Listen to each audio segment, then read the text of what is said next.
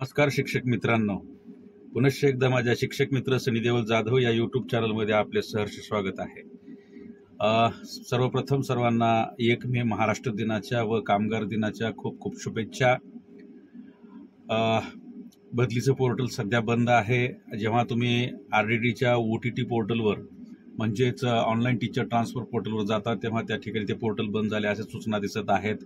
अनेकांचे फोन आले, काय चालू आहे काय। काही जणांना मी उत्तरं पण दिली, काही जण माझ्या उत्तरावर नाराज पण झाले, पण सत्य परिस्थिती सांगणं माझं काम आहे। तर जेव्हा जिल्हा अंतर्गत बदली प्रक्रिया सुरू झाली तेव्हाच असं चित्र निर्माण झालं होतं की यावर अनेक न्यायालयीन प्रकरणं होतील।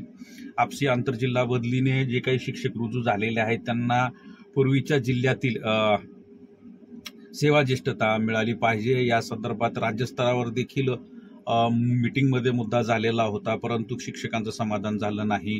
जे इतिवृत्त प्रसिद्ध केलं ग्रामविकास विभागानं त्या इतिवृत्ताच्या आधारे मागील जिल्ह्यातील सेवा ज्येष्ठता देऊ नये अशा सूचना होत्या आणि इतिवृत्तावर अशा प्रकारे अंमलबजावणी करणं त्या ठिकाणी कोर्टामध्ये झालेल्या याचिकाकर्त्यांना पसंत पडलं नाही। त्याने त्यात आक्षेप दाखल केला आणि कोर्टानं त्यावर स्थगिती दिलेली आहे। 5 तारखेला कोर्टामध्ये ग्रामविकास विभागाला बाजू मांडण्यासाठी कोर्टानं सांगितलेलं आहे। कोर्टाला पहिल्या आठवड्याच्या शेवटी उन्हाळी सुट्ट्या पण लागणार आहेत। अनेकांनी विचारणा केली की जाधव सर इतक्या मोठ्या घडामोडी घडतायत आणि तुम्ही व्हिडिओ करत नाहीयेत। मला सहसा नकारात्मक गोष्टीवर व्हिडिओ करून शिक्षकामध्ये नाराजीचं दुःखाचं वातावरण पसरू वाटत नाही। काही सकारात्मक गोष्टी असतील तर त्या मला लगेच शिक्षकांपर्यंत पोहोचवाव्या वाटतात।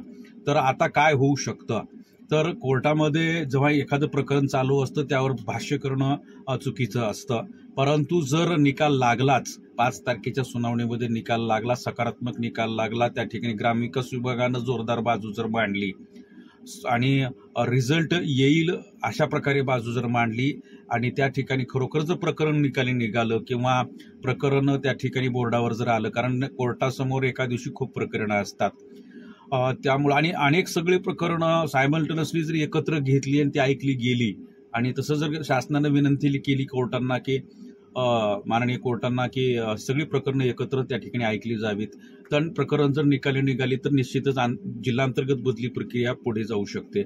आता आम्ही आमच्या खुला प्रवर्ग कर्मचारी महासंघातर्फे शासनाला विनंती करणार आहोत की जर जिल्हांतर्गत बदली प्रक्रियेवर जर स्थगिती असेल तर जिल्हा अंतर्गत बदली प्रक्रियेवर जर स्थगिती असेल तर आमची शासनाला विनंती असेल की आंतरजिल्हा बदली प्रक्रिया शासनानं सुरू करावी। आंतरजिल्हा बदली प्रक्रिया सुरू झालेली होती, अनेक प्रकरणं त्या ठिकाणी मार्गी सुद्धा लागत आहेत असं चित्र निर्माण झालं होतं। रोस्टर तपासणीसाठी आता एक्स्ट्रा कालावधी मिळालेला आहे जिल्हा परिषदांना। रोस्टर त्या ठिकाणी आता जिल्हा परिषदा मंजूर करून घेतील आणि 31 मे पर्यंत आंतर बदली प्रक्रिया पूर्ण होऊ शकते।